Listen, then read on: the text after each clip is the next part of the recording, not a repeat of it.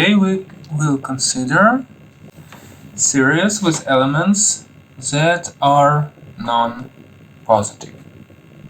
So if we have positive only series, we have some, say, n from 1 to infinity, an, and an is greater than 0.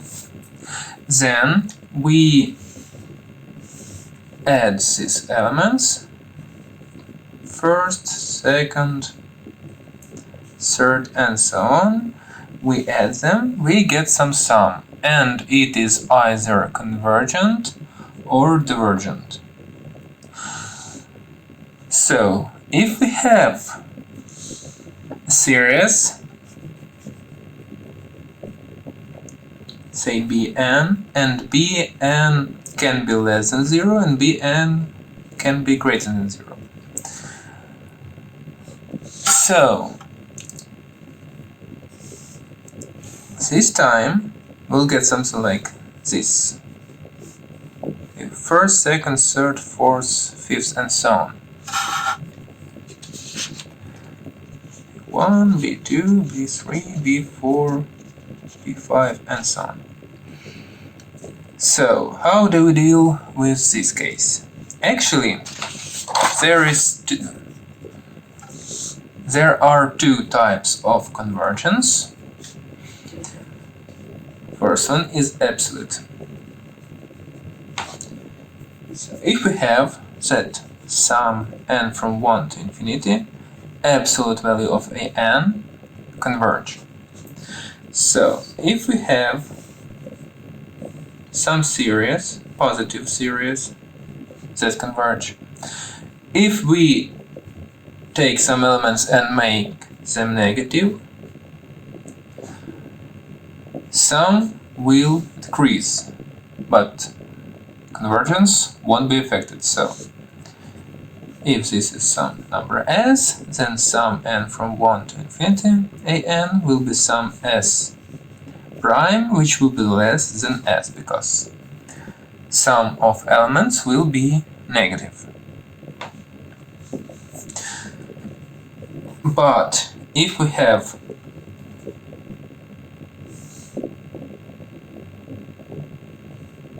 sum n from 1 to infinity, absolute value of n, absolute value of an, which is divergent,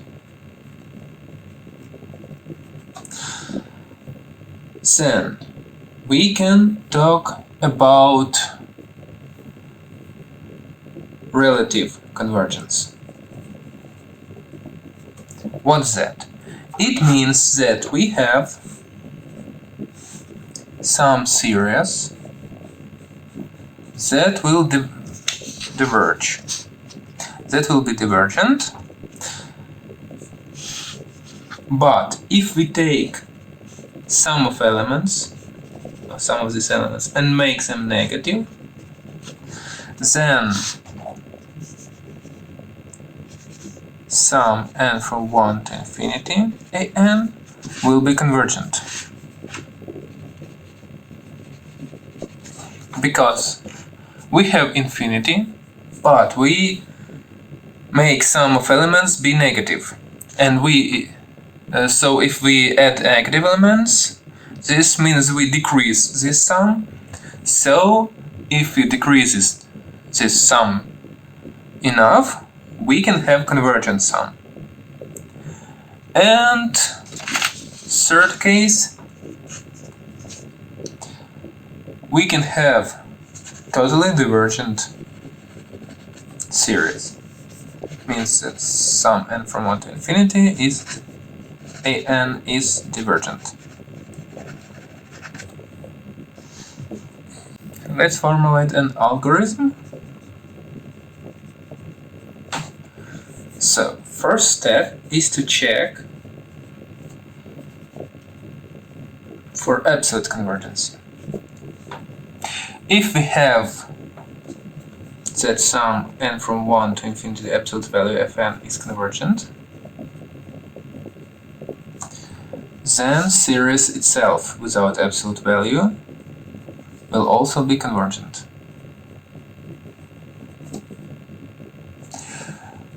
Next, and algorithm is done. But if not,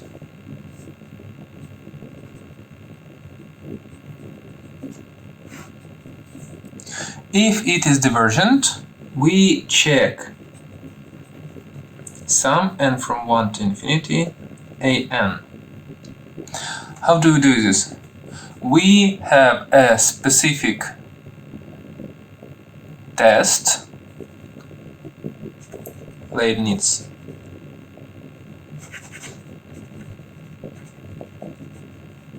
test,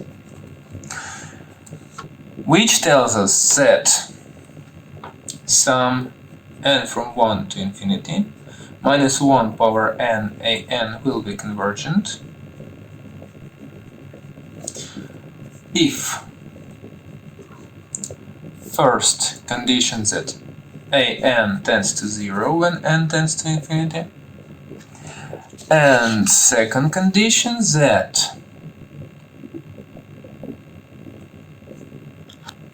an has to be greater than n plus 1.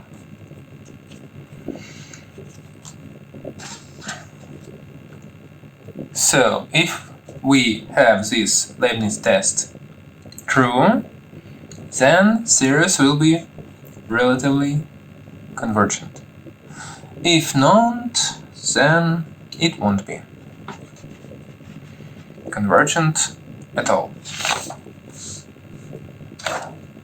Let's check for some examples.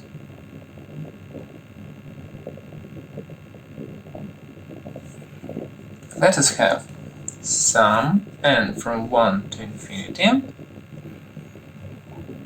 minus 1 power n divided by n by 7 power n.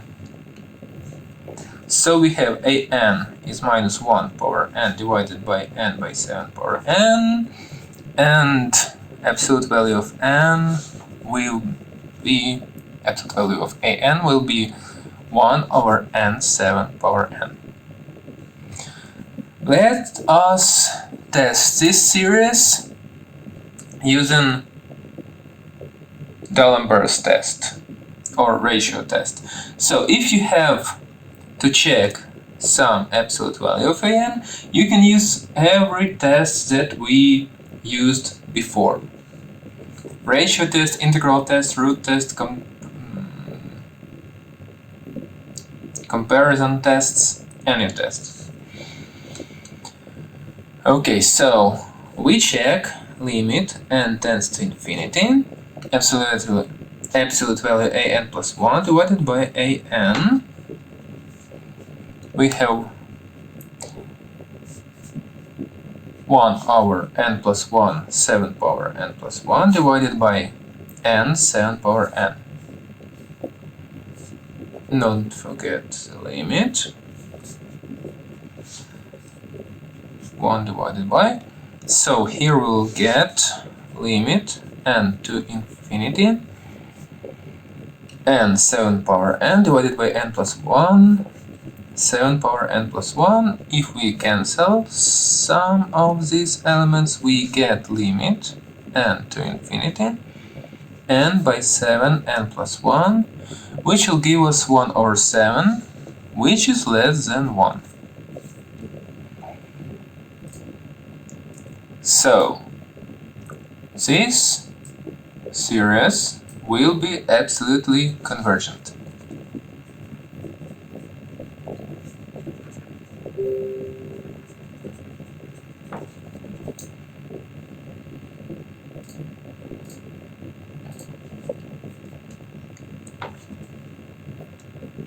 Let's consider one more example.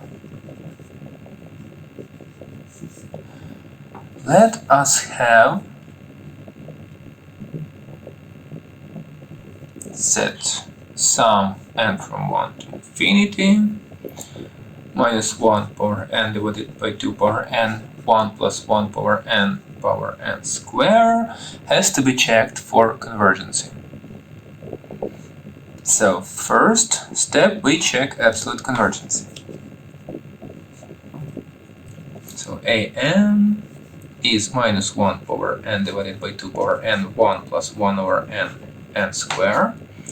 Absolute value of n will give was 1 over 2 power n 1 plus 1 over n square. And we have power n here and square here in power, so we can probably use radical test. Let's do this. Limit n to infinity square root power n 1 over 2 power n 1 plus 1 over n power n will give us limit n to infinity 1 over 2 1 plus 1 over n power n. This part tends to exponent, so we'll have e over 2, which is greater than 1. So we have that this series has no absolute convergence.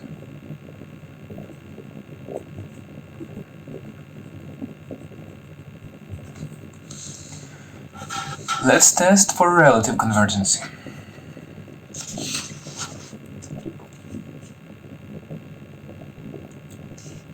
We have to take 1 over 2 power n, 1 plus 1 over n power n square, and check this series for convergency to satisfy Leibniz test. However, if we check if limit n to infinity 1 over 2 power n 1 plus 1 over n square, we'll have that this will be limit n tends to infinity 1 over 2 power n e power n, which will give us limit n to infinity e over 2 power n, which tends to infinity because e over 2 is greater than 1. So Leibniz test is failed, so this series is divergent.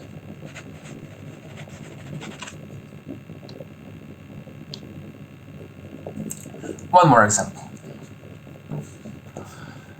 Let us check sum n from 1 to infinity minus 1 power n minus 1 divided by square root, cubic root of n.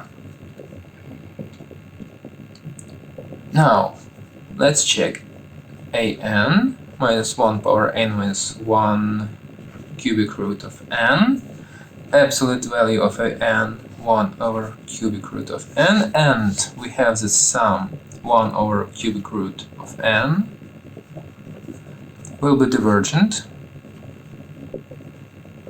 because this series is actually harmonic series with power 1 over 3, which is less than 1 and 2. And for this series to be convergent, we have to get greater than 1. So it will be divergent. Let us check Leibniz test.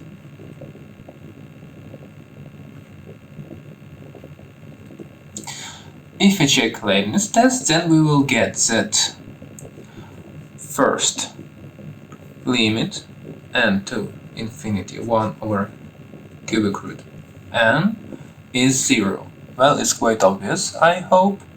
Second, that 1 over cubic root n will be greater than 1 over cubic root n plus 1, which also is obvious, I hope. So Leibniz test is passed. So this series, sum n from 1 to infinity minus 1 power n minus 1 divided by cubic root of n, converge relatively.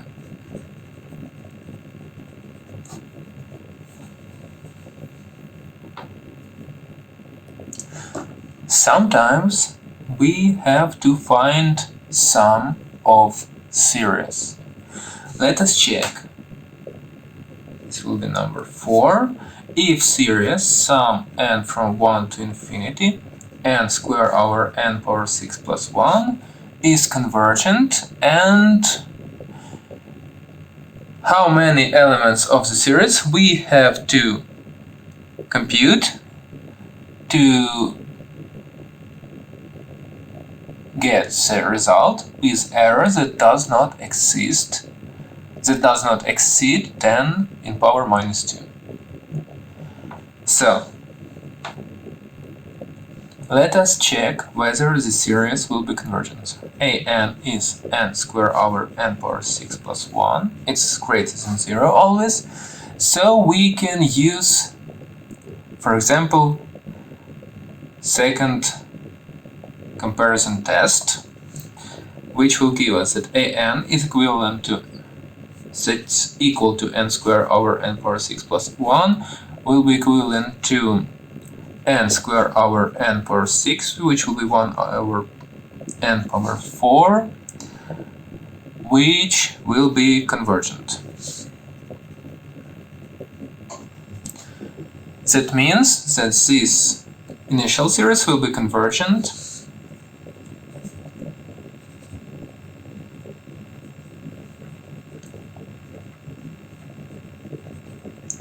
by comparison test 2.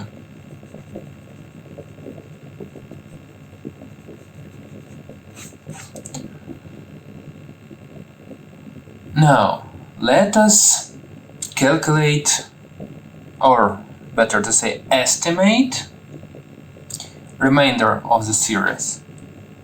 So we can take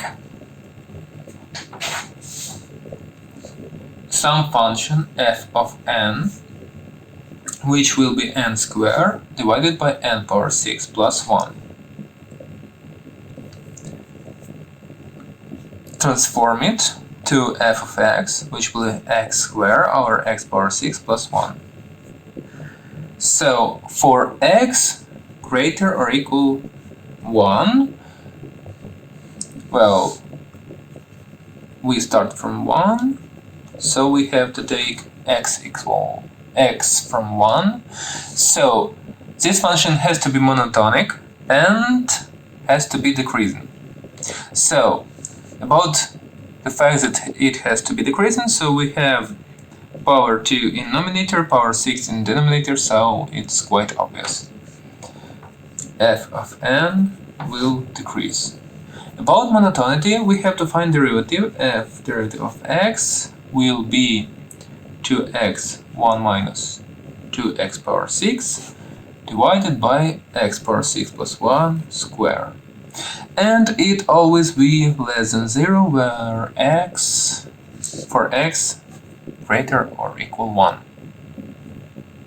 That means that this function decreases monotonic.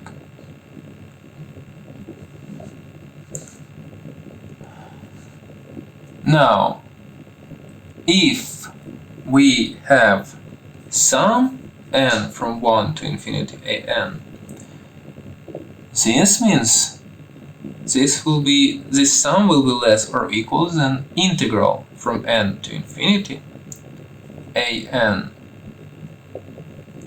actually f of x dx, and here we have f of n. So if we get sum of the series, it will be less than integral of the general element of the series. And in such way we can estimate the remainder of the series. So if we want to calculate some series, we cannot calculate infinite part. But we can calculate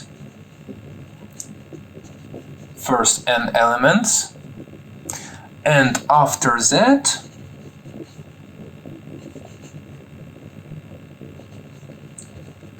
the remainder. We will name it Rn, and we can try to estimate it. So this Rn will be our error of calculation. And if we find n, so this will be dependent on n, and if we find n that this Rn will be small enough, smaller than our required error level, then we will solve our problem. Now, Rn here will be less or equal than integral from n to infinity x squared divided by x power 6 plus 1 dx, which will be limit n b to infinity integral from n to b of this x squared dx divided by x cubed plus 1. If we integrate it, well, we can estimate this integral as integral from n to b x squared dx divided by x power 6. If we integrate it, we will have limit n to infinity of 1 over 3n cubed minus 1 over 3b cubed, not n but b to infinity, which will give us 1 over 3n cubed. So, as a result, Rn will be less or equal than 1 over 3n cubed. Now, we just have to find the element for our error level. So, how many elements of the series, how large n has to be taken. So, error Rn will be less or equal than 0.01. Well, we have this inequality. 1 over 3n cubed has to be less or equal than 0.01. So, n has to be greater or equal than cubic root of 100 over 3. From here, n is greater or equal of 4. We have to take 4 elements. So, sum n from 1 to infinity, n squared over n power 6 plus 1, which will be approximately as 4, fourth partial sum. That will be approximately again 0.5 plus 0.061 plus 0.012 plus 0.004 will be approximately 0.58. This will be the answer. Now, let's consider one more example. This will be, I think, example number 5.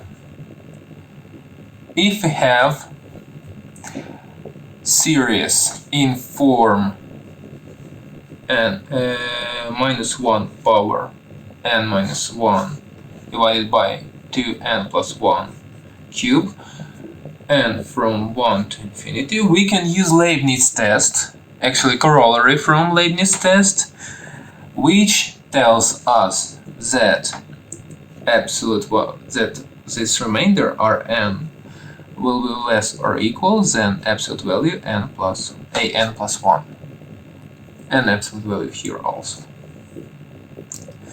So if we pass Leibniz test, then we have very easy algorithm for finding n, very easy derived inequality. Okay, so let's try the Leibniz test. So first one, limit n to infinity 1 over 2n plus 1 cube has to be 0, but it obviously is.